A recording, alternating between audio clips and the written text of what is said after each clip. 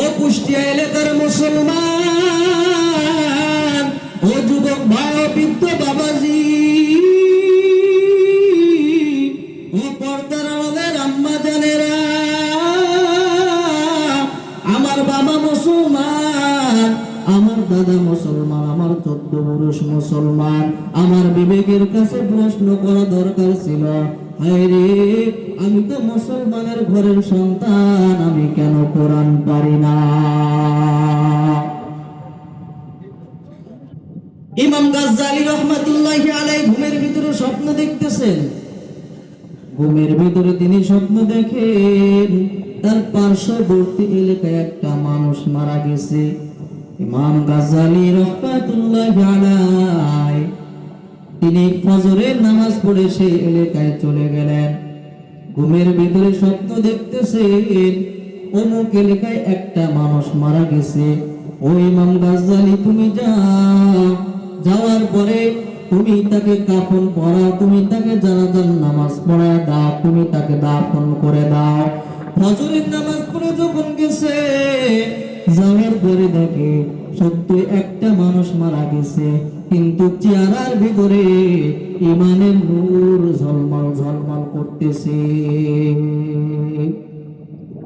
ইমামে গাজ্জালী রহমাতুল্লাহি আলাইহি লাশটাকে ধোয়াইলেন, কাফন পরাইলেন, জানাজার নামাজ পড়াইলেন।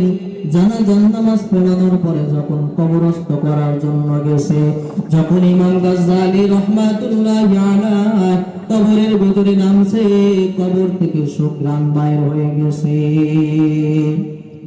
কবরের ভিতর থেকে সুঘ্রাণ, এত সুঘ্রাণ বাইর হয়ে গেছে, সকলের নাকের ভিতরে চলে গেছে। ইমাম গাজ্জালী রহমাতুল্লাহি আলাইহি লাশটাকে কবরস্থ করার পর মৃত ব্যক্তির বিবির কাছে এসে জিজ্ঞাসা করে, রে বোন, তোমার স্বামীর এমন কি আমল আছে যে আমলের বিনিময়ে আল্লাহ তাকে ক্ষমা করে দিতে পারে? ও বোন, তুমি বলো, তোমার স্বামীর এমন কি আমল আছে যে আমলের কারণে তোমার স্বামীকে আল্লাহর ওলি বলা যায়? মৃত ব্যক্তির বিবি ডাক দিয়ে বলে, ও আল্লাহর ওলি,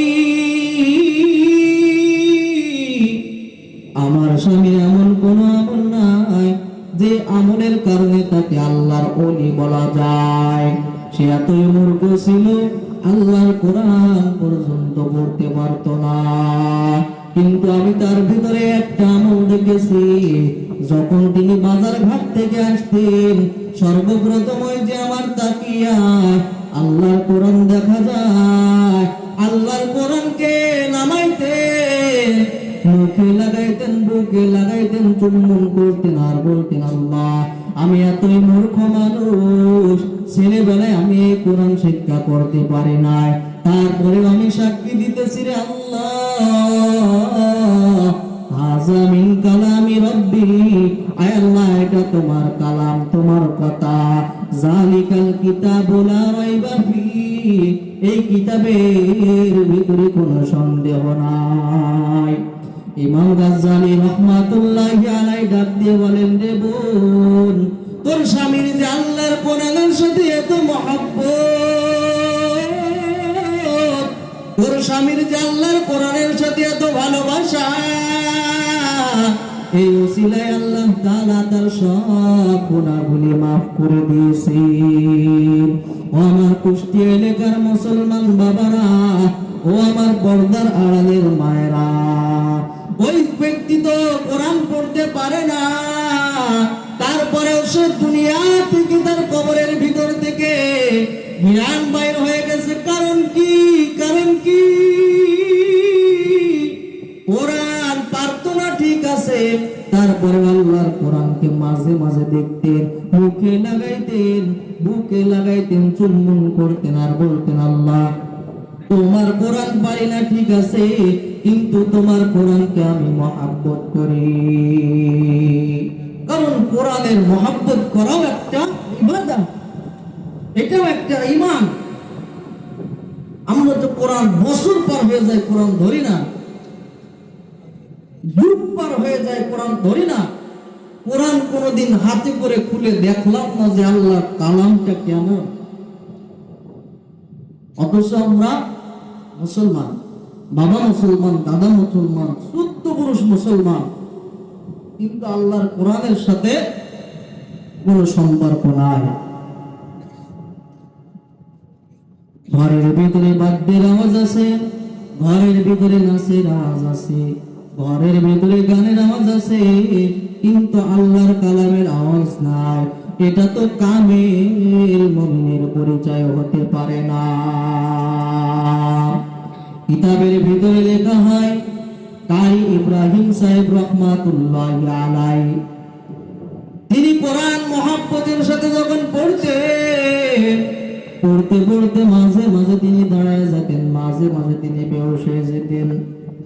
মানুষেরা প্রশ্ন করল, কারি সাহেব কোরআন পড়তে পড়তে মাঝে মাঝে আপনি বেহুশ হয়ে যান, মাঝে মাঝে আপনি বসা থেকে দাঁড়ায় যান, কারণটা কি জানতে পারি?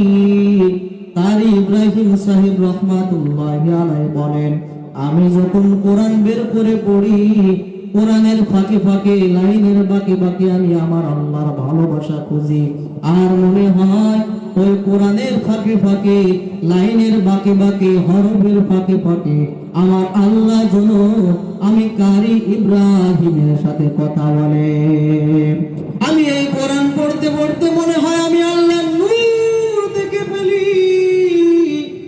যখন মনে হয় আমি আল্লাহর নূর দেখে ফেলি, তখন আমি বেহুশ হয়ে যাই, কিছুই বলতে পারি না। ও কুষ্টিয়া এলাকার মুসলমান, ও যুবক ভাই, ও বৃদ্ধ বাবাজি, ও পর্দার আড়ালের মা গো, আপনি বলতে পারেন আমি তো আলেম না, আমি হাফেজ সাহেব না, আমি মাওলানা সাহেব না, আমি কেন কোরআন পড়ব?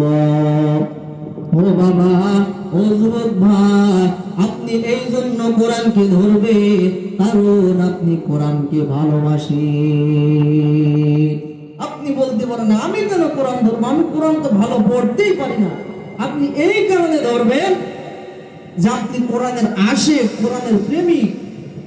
পড়তে পারবেন না, একটু ধরবেন, দেখবেন আল্লাহ তাআলা মাফ করে দিতে পারেন।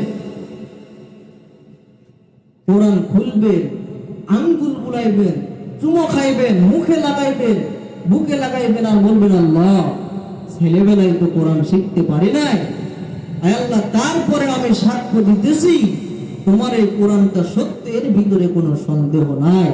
আল্লাহ তাআলা মাফ করে দিতে পারেন।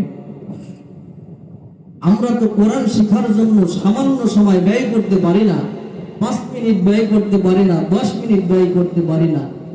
অথচ হাদিসের ভিতরে লেখা হয়, আল্লাহর নবীর একজন জলিল কদর সাহাবী হযরত আবু হুরায়রা রাদিয়াল্লাহু তাআলা আনহু আল্লাহর নবীর দরবারে সর্বদাই পড়ে থাকতেন, খানা নাই তারপরেও থাকতেন। তাওহীদ কি আমানত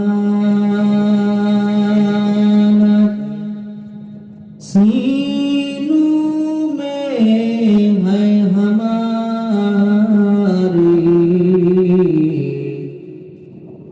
आशा नहीं मिटाना नामो-निशान हमारा, आशा नहीं मिटाना नामो-निशान हमारा। मोहम्मद ने आकर कुफ्र को मिटाया,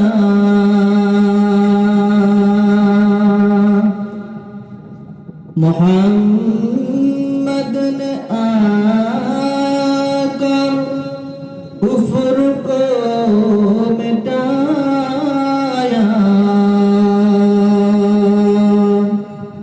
कुफ्र को मिटाकर सदाकत बताया, कुफ्र को मिटाकर सदाकत बताया। মন তার লাগিয়া কান্দো দিবা রাতি, মন তার লাগিয়া কান্দো দিবা রাতি। ভেবে দেখো কেউ হবে না, ভেবে দেখো কেউ হবে না তোমার সঙ্গের সাথী। কার লাগিয়া কান্দো দিবা রাতি। আপন আপন বইলা যারে ভাবছো সারাক্ষণ, আসলে যে কেউ নয় তারা, কেউ নয় রে আপন। আপন আপন বইলা যারে ভাবছো সারাক্ষণ, আসলে যে কেউ নয় তারা, কেউ নয় রে আপন। ও তুমি আজ নয় কাল বুঝবা একদিন, ও তুমি আজ না হয় কাল বুঝবা একদিন, নিভলে জীবন বাতি। কার লাগিয়া কান্দো দিবা রাতি। আল্লাহ তাআলা বলেন, উতলু মা উহিয়া ইলাইকা মিনাল কিতাব ওয়াকিমুস সালাতা ইন্নাস সালাতা তানহা আনিল ফাহশাই ওয়াল মুনকার ওয়ালা যিকরুল্লাহি আকবার আল্লাহু ইয়ালামু মা তাসনাউন। এই আয়াতের ভিতরে শুরু অংশে আল্লাহ তাআলা বলেন, আমি আল্লাহ তাআলা যে কিতাব নাজিল করেছি সেই কিতাব পড়ো। যেই কিতাব নাজিল করেছি মানে কোরআন, এই কোরআন তোমরা পড়ো। 2 নম্বর আল্লাহ তাআলা আদেশ দেন, ওয়াকিমুস সালাতা ইন্নাস সালাতা তানহা আনিল ফাহশাই ওয়াল মুনকার। তোমরা নামাজ পড়ো, নামাজ কায়েম করো, কারণ নামাজ সমস্ত অশ্লীল অপাচার গর্হিত কাজ থেকে ফিরিয়ে রাখে। আয়াতের দ্বিতীয় অংশে আল্লাহ তাআলা বলেন, ওয়ালা যিকরুল্লাহি আকবার। আল্লাহ তাআলার জিকির হলো বড় ইবাদত। বড় জিকির হলো আল্লাহ তাআলার নাম স্মরণ করা। আল্লাহু ইয়ালামু মা তাসনাউন। আল্লাহ তাআলা বলেন, তোমরা যা করো আমি সব দেখি, জানি, শুনি। আমার থেকে পালাইবার কোনো সুযোগ নাই। রাসূল করিম সাল্লাল্লাহু আলাইহি ওয়াসাল্লাম বলেন, ইজা উজিয়াল মাইয়িতু ফি কবরিহি জাআল কুরআনু ইনদা রাসি। মানুষ যখন মারা যায়, যখন তাকে কবরে রাখা হয়, কোরআন এসে দাঁড়ায় তার মাথার কিনারায়। ওয়াসসালাতু ইয়ামিনি, নামাজ দাঁড়ায় তার ডান পাশে। ওয়াসসিয়ামু আন শিমালি, রোজা দাঁড়ায় তার বাম পাশে। ওয়াসাইরুল হাসানাতি ইনদা রিজলাইন, বান্দার যাবতীয় নেক আমলগুলো দাঁড়ায় পায়ের কিনারায়। ফেরেশতারা আসে প্রশ্ন করার জন্য। ডান দিক থেকে ঢুকতে যেয়ে দেখে নামাজ দাঁড়ায় আছে, বাম দিকে যখন যায় দেখে রোজা দাঁড়ায় আছে, মাথার কিনারায় যখন যায় দেখে কোরআন দাঁড়ায় আছে, পায়ের দিকে যখন যায় দেখে যাবতীয় নেক আমল দাঁড়ায় আছে। প্রশ্ন করার কোনো সুযোগ নাই। ফেরেশতারা ডাক দিয়ে বলে, কতক্ষণ এখানে থাকবা? এই আমলগুলো বলতে থাকে, ততক্ষণ পর্যন্ত আমরা এখানে থাকবো যতক্ষণ পর্যন্ত এই বান্দাকে জান্নাতের মেহমানখানা পর্যন্ত না পৌঁছানো হবে।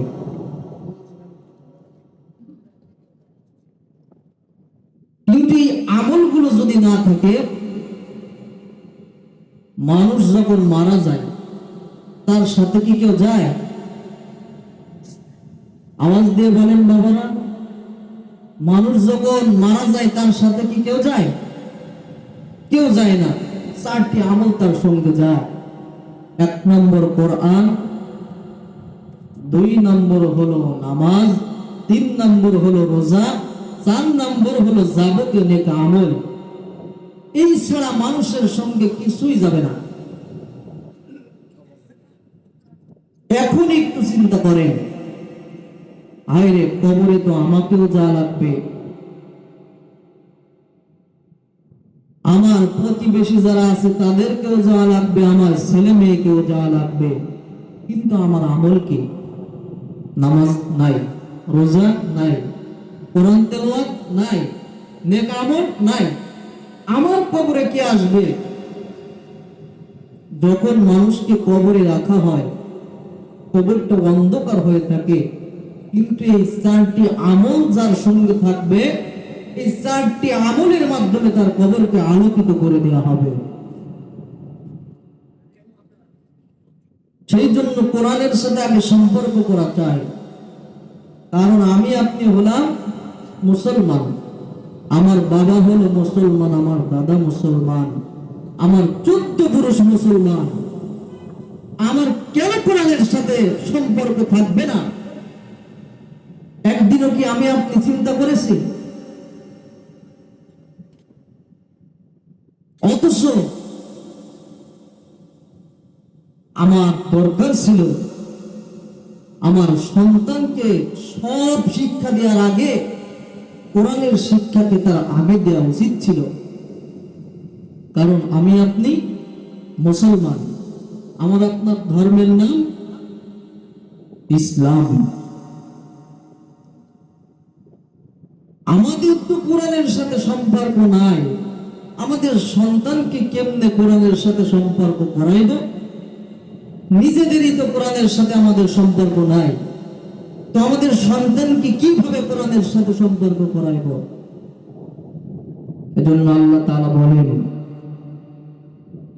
উতলু মা উহিয়া ইলাইকা মিনাল কিতাব ওয়া আকিমুস সালাতা ইন্নাস সালাতা তানহা আনিল ফাহশাই ওয়াল মুনকার ওয়া লাযিকরুল্লাহি আকবার ওয়াল্লাহু ইয়ালামু মা তাসনাউন।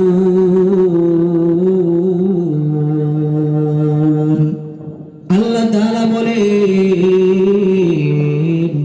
আমি আল্লাহ তাআলা যে কিতাব পাঠিয়েছি এই কিতাবকে তোমরা পড়ো, এই কিতাবকে তোমরা ধরো, এই কিতাবকে তোমরা শেখো,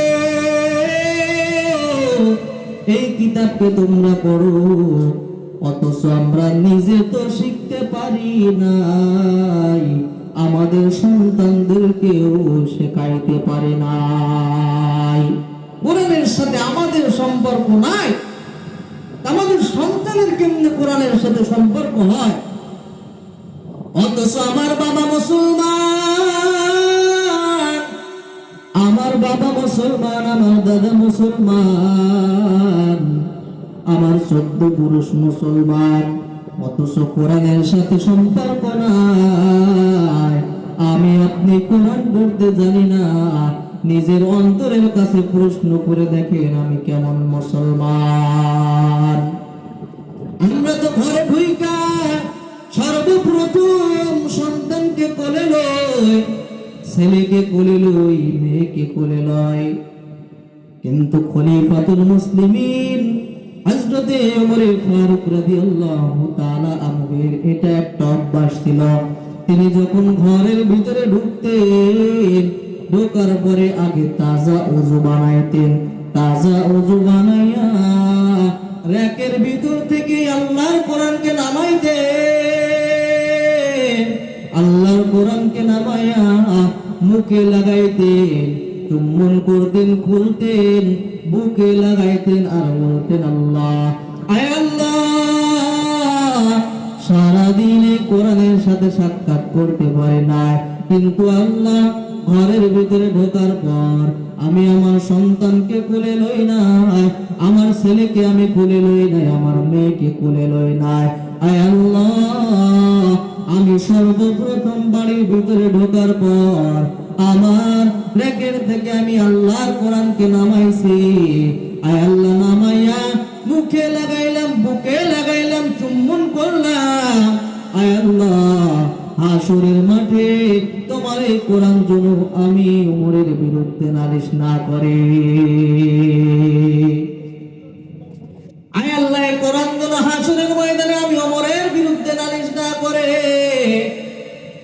অথচ সপ্তাহ পার হয়ে যায়, মাস পার হয়ে যায়, বছর পার হয়ে যায়, কিন্তু আল্লাহর কোরআনের সাথে আমাদের সাক্ষাৎ নাই। আল্লাহর কোরআনকে খুলে দেখি না। আরো যদি বলা হয় আমি মুসলমান হয়েছি, কিন্তু আমার ঘরের ভিতরে আল্লাহর কোরআন নাই।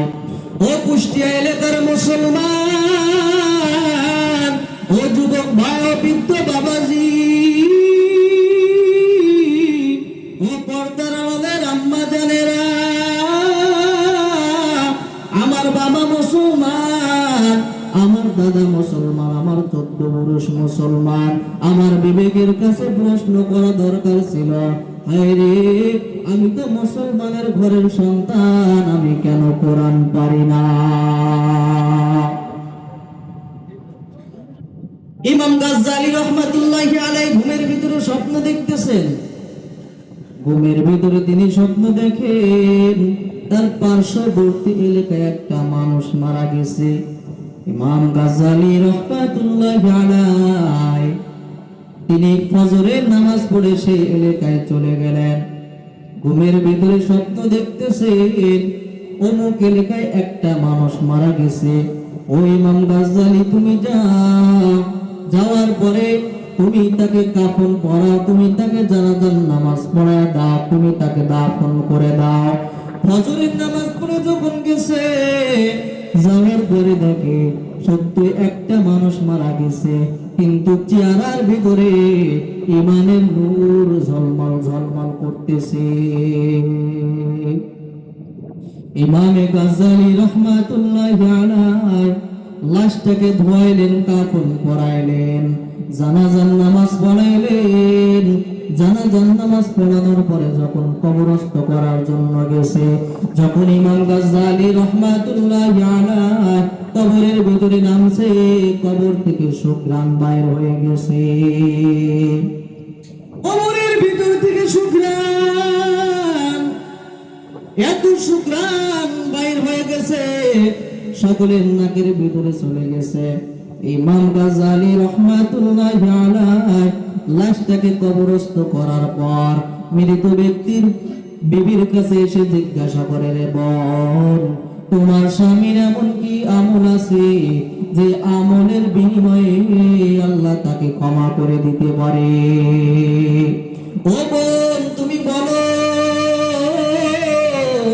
তোমার স্বামীর এমন কি আমল আছে যে আমলের কারণে তোমার স্বামীকে আল্লাহর ওলি বলা যায়? মৃত ব্যক্তির বিবি ডাক দিয়ে বলে, ও আল্লাহর ওলি, আমার স্বামীর এমন কোন আমল নাই যে আমলের কারণে তাকে আল্লাহর ওলি বলা যায়। সে এতই মূর্খ ছিল, আল্লাহর কোরআন পর্যন্ত পড়তে পারতো না।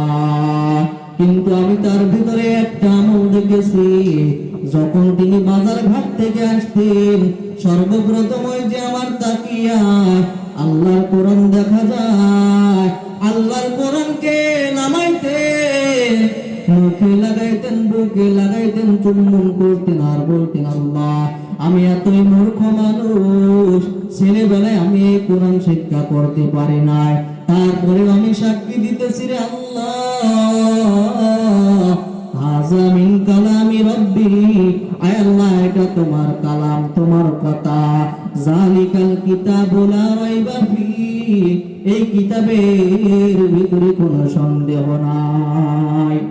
ইমাম গাজ্জালী রাহমাতুল্লাহি আলাইহি ডাক দিয়ে বলেন, রে বোন, তোর স্বামীর যে আল্লাহর কোরআনের সাথে এত মহব্বত, তোর স্বামীর যে আল্লাহর কোরআনের সাথে এত ভালোবাসা, এই ওসিলায় আল্লাহ তাআলা তার সব গুনাহগুলি মাফ করে দিয়েছেন। ও আমার কুষ্টিয়া এলাকার মুসলমান বাবারা, ও আমার পর্দার আড়ালের মায়েরা, ওই ব্যক্তি তো কোরআন পড়তে পারে না, তারপরেও সে দুনিয়া থেকে তার কবরের ভিতর থেকে হিরান বাইর হয়ে গেছে। কারণ কি? কারণ কি? কোরআন পারতো না ঠিক আছে, তারপরে আল্লাহর কোরআনকে মাঝে মাঝে দেখতেন, মুখে লাগাইতেন, বুকে লাগাইতেন, চুম্বন করতেন আর বলতেন, আল্লাহ তোমার কোরআন পারি না ঠিক আছে, কিন্তু তোমার কোরআনকে আমি মহব্বত করি। কারণ কোরআনের মহব্বত করাও একটা ইবাদত, এটাও একটা ঈমান। আমরা তো কোরআন বছর পার হয়ে যায় কোরআন ধরি না, যুগ পার হয়ে যায় কোরআন ধরি না, কোরআন কোনদিন হাতে করে খুলে দেখলাম না যে আল্লাহ কালামটা কেমন। অথচ আমরা মুসলমান, বাবা মুসলমান, দাদা মুসলমান, সত্য পুরুষ মুসলমান, কিন্তু আল্লাহর কোরআনের সাথে কোনো সম্পর্ক নাই। ঘরের ভিতরে বাদ্যের আওয়াজ আছে, ঘরের ভিতরে নাচের আওয়াজ আছে, ঘরের ভিতরে গানের আওয়াজ আছে, কিন্তু আল্লাহর কালামের আওয়াজ নাই। এটা তো কামেল মুমিনের পরিচয় হতে পারে না। কিতাবের ভিতরে লেখা হয়, কারি ইব্রাহিম সাহেব রহমাতুল্লাহি আলাইহি, তিনি কোরআন মহব্বতের সাথে যখন পড়তেন, পড়তে পড়তে মাঝে মাঝে তিনি দাঁড়ায় যেতেন, মাঝে মাঝে তিনি বেহুশ হয়ে যেতেন। মানুষেরা প্রশ্ন করলো, কারি সাহেব কোরআন পড়তে পড়তে মাঝে মাঝে আপনি বেহুশ হয়ে যান, মাঝে মাঝে আপনি বসা থেকে দাঁড়ায় যান, কারণটা কি জানতে পারি? কারি ইব্রাহিম সাহেব রহমাতুল্লাহি আলাইহি বলেন, আমি যখন কোরআন বের করে পড়ি, কোরআনের ফাঁকে ফাঁকে, লাইনের বাঁকে বাঁকে আমি আমার আল্লাহর ভালোবাসা খুঁজি, আর মনে হয় ওই কোরআনের ফাঁকে ফাঁকে, লাইনের বাঁকে বাঁকে, হরফের ফাঁকে ফাঁকে আমার আল্লাহ যেন আমি কারি ইব্রাহিমের সাথে কথা বলে। আমি এই কোরআন পড়তে পড়তে মনে হয় আমি আল্লাহর নূর দেখে ফেলি।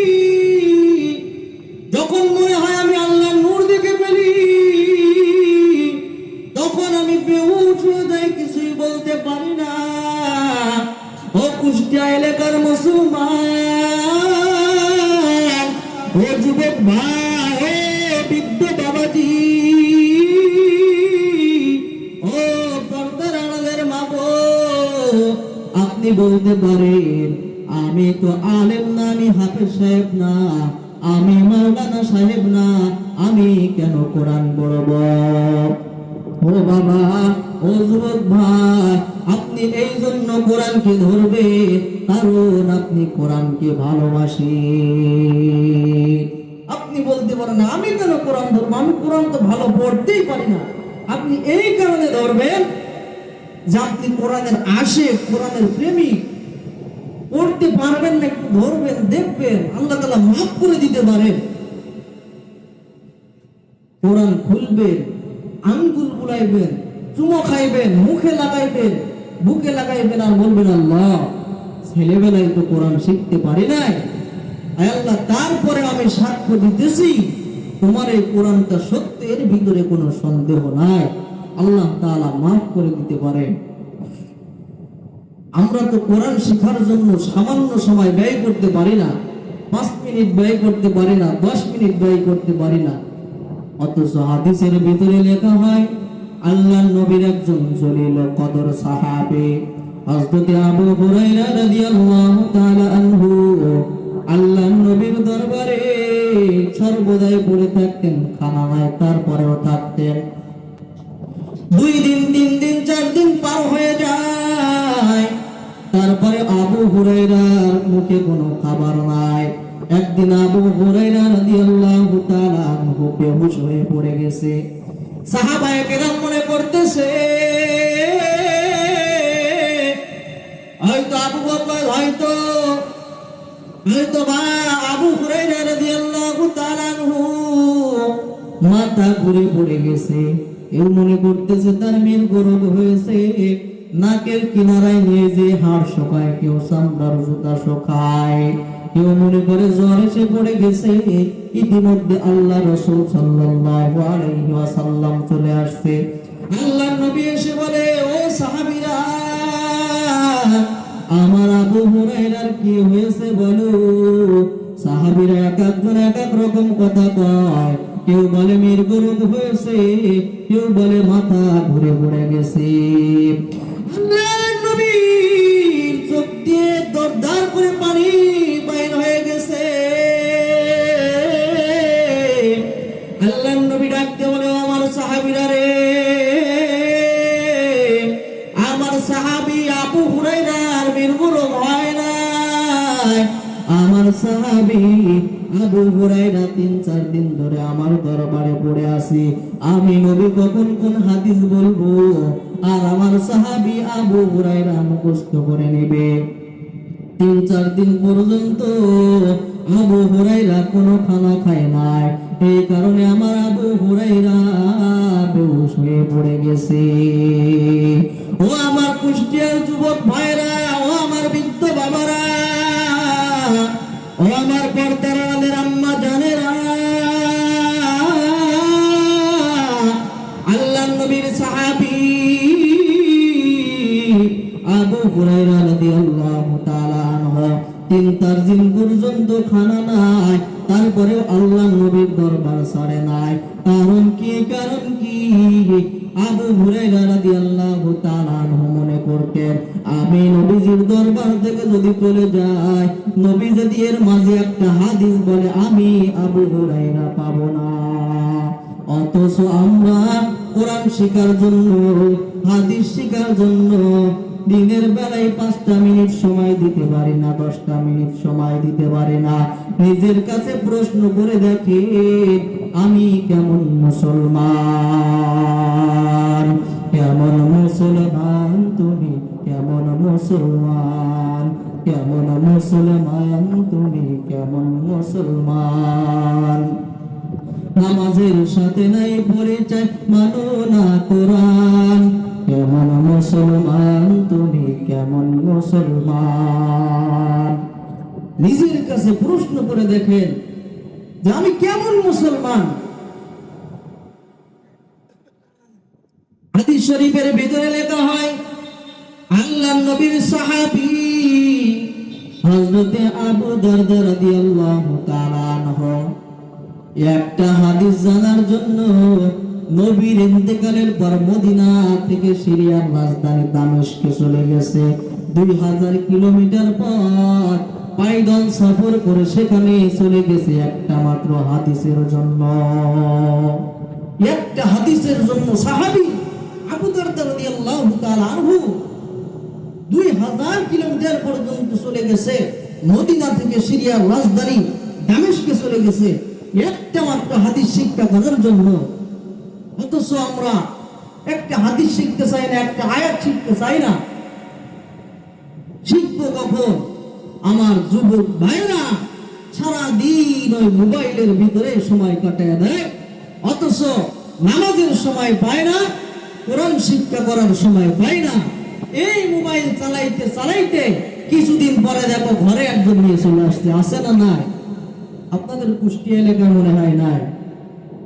আজকে মিস কল কালকে ডাইরেক্ট 65 পরিচয়, তারপরে দিন আপা বলে খাড়া হয় দরজায়। আজকে মিস কল কালকে ডাইরেক্ট 65 পরিচয়, তারপরে দিন আপা বলে খাড়া হয় দরজায়। আমি জিজ্ঞেস করলে বলে আত্মীয় এসেছে, হায়রে হাই ভাইরে ভাই কি কলের যুগ এসেছে, হায়রে হাই ভাইরে ভাই কি কলের যুগ এসেছে। স্বামী সন্তান পর করে ফোন আপন করেছে, হায়রে হাই ভাইরে ভাই কি কলের যুগ এসেছে। আজকে মিস কল কালকে ডাইরেক্ট 65 পরিচয়, তারপরে দিন আপা বলে খাড়া হয় দরজায়। স্বামী জিজ্ঞাসা করলে বলে আত্মীয় এসেছে, হায়রে হাই ভাইরে ভাই কি কলের যুগ এসেছে। জামানা মোবাইলে খাইছে, জামানা ফেসবুকে খাইছে, জামানা মোবাইলে খাইছে, জামানা ফেসবুকে খাইছে। অল্প বয়সের ছেলে মেয়ে প্রেমে জড়াইছে, জামানা মোবাইলে খাইছে, জামানা ফেসবুকে খাইছে। ঠিক কিনা? আপনাদের এলাকায় মনে হয় এরকম নাই, আমাদের যশোরে আছে। এই জন্য যুবক বাবারা, আমার সব কিছুর সময় আছে, আত্মীয় বাড়ি যাওয়ার সময় আছে, চা পান খাওয়ার সময় আছে, আমার বাজারে যাওয়ার সময় নির্ধারণ করা আছে, কিন্তু আমার কোরআন শিক্ষা করার সময় নির্ধারণ নাই। আমার নামাজ শিক্ষা করা, আমার নামাজ পড়ার জন্য সময় নির্ধারণ নাই। এটা তো কামেল মুমিনের পরিচয় হতে পারে না, এটা কামেল মুমিনের পরিচয় নয়। আপনি বিয়ে বাড়ি যাবেন সময় নির্ধারণ আছে, আপনি বাড়ি যাবেন নির্ধারণ আছে, আপনি বাজারে যাবেন সময় নির্ধারণ আছে, আপনার ব্যবসার সময় নির্ধারণ আছে, নামাজের সময় আপনার নির্ধারণ নাই, আপনার কোরআন শিক্ষা করার সময় নির্ধারণ নাই। কেমন মুসলমান আমরা? আল্লাহ তাআলা কোরআনের ভিতরে বলেন, যারা আল্লাহর আদেশ থেকে মুখ ফিরিয়ে রাখে, নামাজ থেকে মুখ ফিরিয়ে রাখে, রোজার থেকে মুখ ফিরিয়ে রাখে, কোরআন থেকে মুখ ফিরিয়ে রাখে, আল্লাহ তাআলা এদের বিষয়ে আল্লাহ তাআলা বলেন, ওমান আরাদা আন যিকরি ফা ইন্না লাহু মাঈশাতান দানকা ওয়া নাহশুরুহু ইয়াওমাল কিয়ামাতি আ'মা ক্বালা রাব্বি লিমা হাশারতানি আ'মা ওয়া ক্বাদ কুনতু বাসীরা ক্বালা কাযালিকা আতাতকা আয়াতুনা ফানাসিতাহা ওয়া কাযালিকাল ইয়াওমা তুনসা।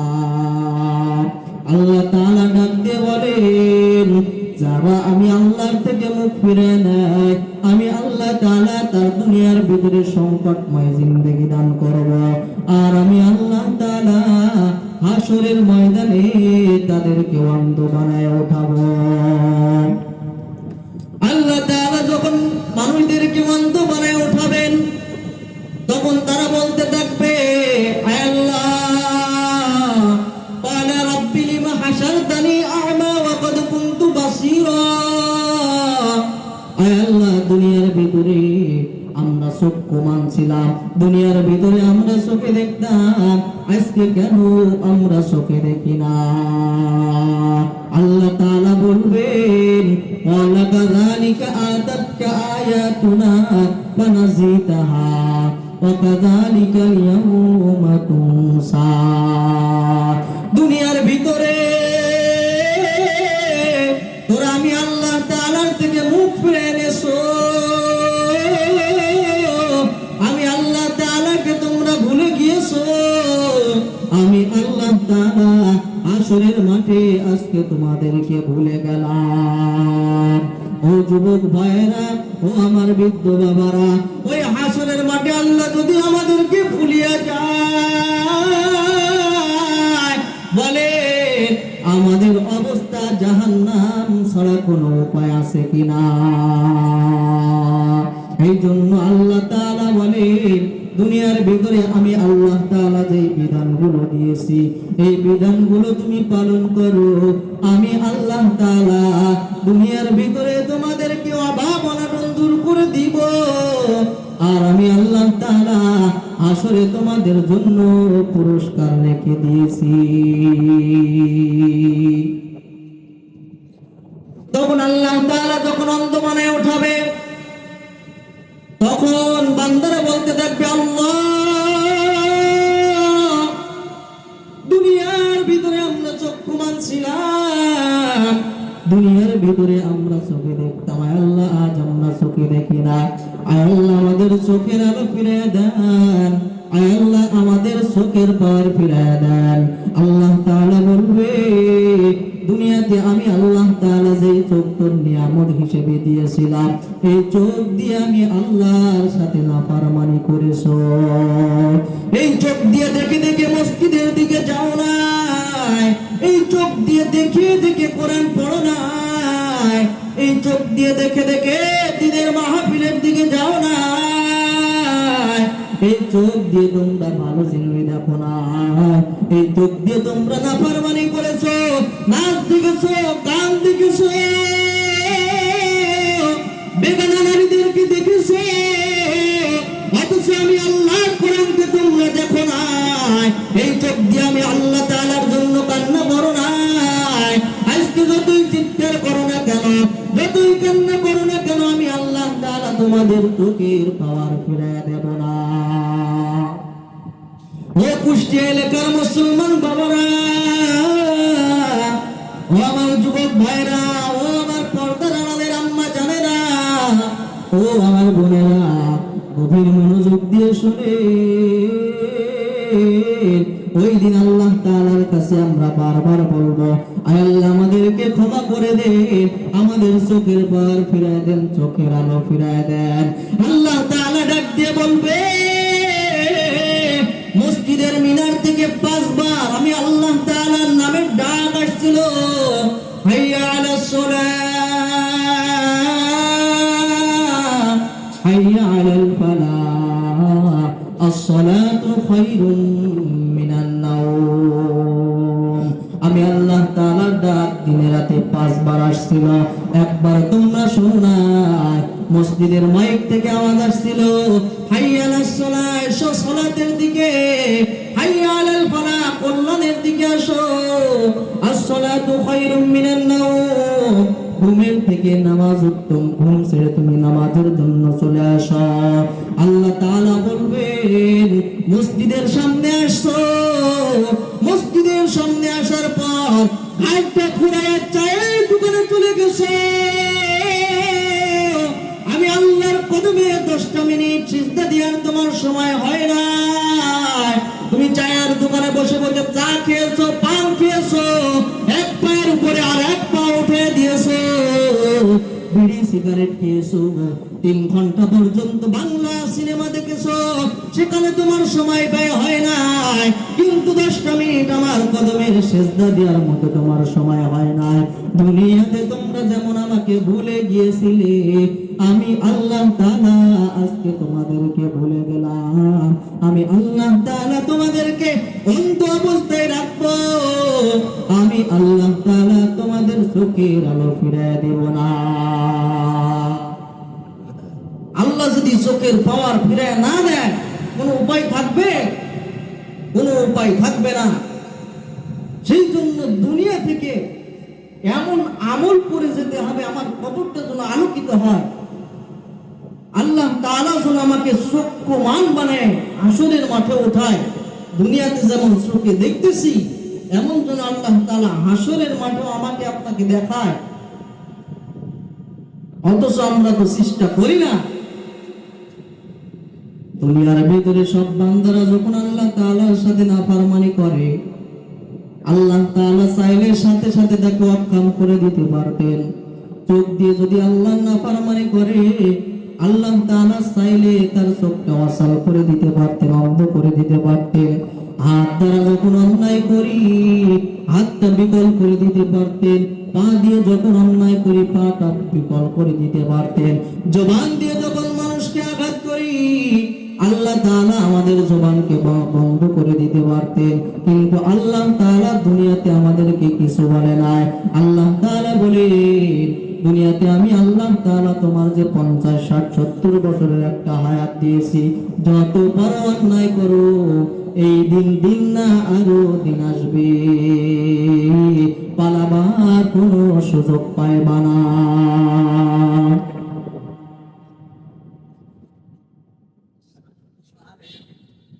এই দিন না, দিন আরো আসবে। ওই দিন আল্লাহ তাআলা তার হাতে আমলনামা দিয়ে দিবে।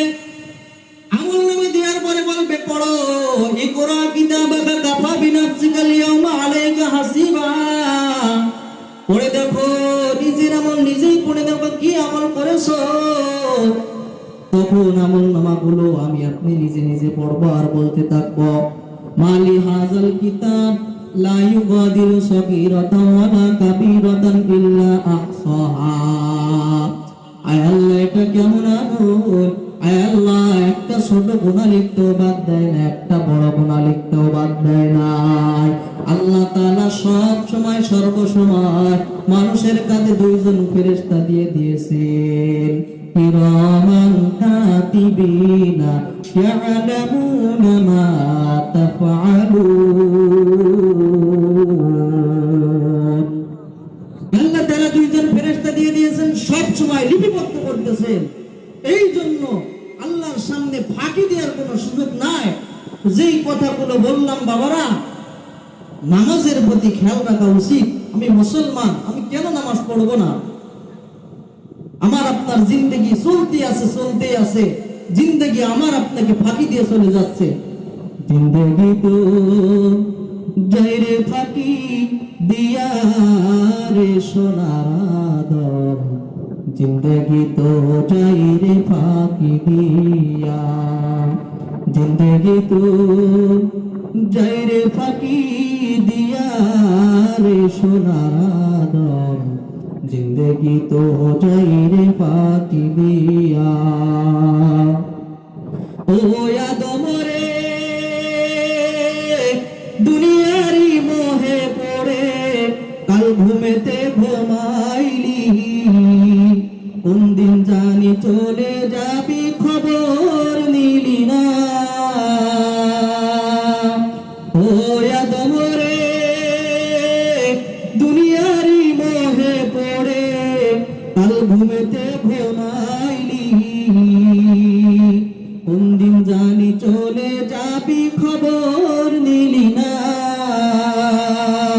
ভাই বন্ধু আত্মীয় স্বজন সকলে তোর হইবে পর, ভাই বন্ধু আত্মীয় স্বজন সকলে তোর হইবে পর, যেদিন সামনে দাঁড়াবে মালাকুল মউত রে সোনার আদম, জিন্দেগি তো চাইরে ফাঁকি দিয়া। জিন্দেগি আমাকে আপনাকে ফাঁকি দিয়ে চলে যাচ্ছে। এই জিন্দেগি ফাঁকি দেওয়ার আগে আপনি আপনার হায়াতকে ফাঁকি দিয়ে দেন। ঠিক সময়তে নামাজ পড়েন, কোরআন শিখেন। দুনিয়াতে এখনো সময় আছে। হাসরের মাঠে মানুষ আফসোস করবে, আঙ্গুল কামড়াইবে, হাত কামড়ায় খেয়ে ফেলবে আর বলবে, ইয়াকুলু ইয়া লাইতানি কদ্দামতু লিহায়াতি, হায় আল্লাহ, আমার সমস্ত হায়াত কেমনে ব্যয় করলাম। সেই জন্যই আফসোস যেন না করা লাগে মুসলমান। সেই জন্য দুনিয়া থেকে নিজের আমলকে গোছায় আল্লাহ তাআলার ডাকে সাড়া দিতে হবে। আল্লাহ তাআলা যেন আমাদের সকলকে পাঁচ ওয়াক্ত নামাজি এবং আমাদের সকলকে যেন কোরআন শিক্ষা করে দুনিয়া থেকে জান্নাত কামাই করে আল্লাহ তাআলার ডাকে সাড়া দেওয়ার তৌফিক দান করেন। ওয়া আখিরি দাওয়ানা আনিল হামদুলিল্লাহি রাব্বিল আলামিন। আসসালামু আলাইকুম ওয়া রাহমাতুল্লাহি ওয়া বারাকাতুহু।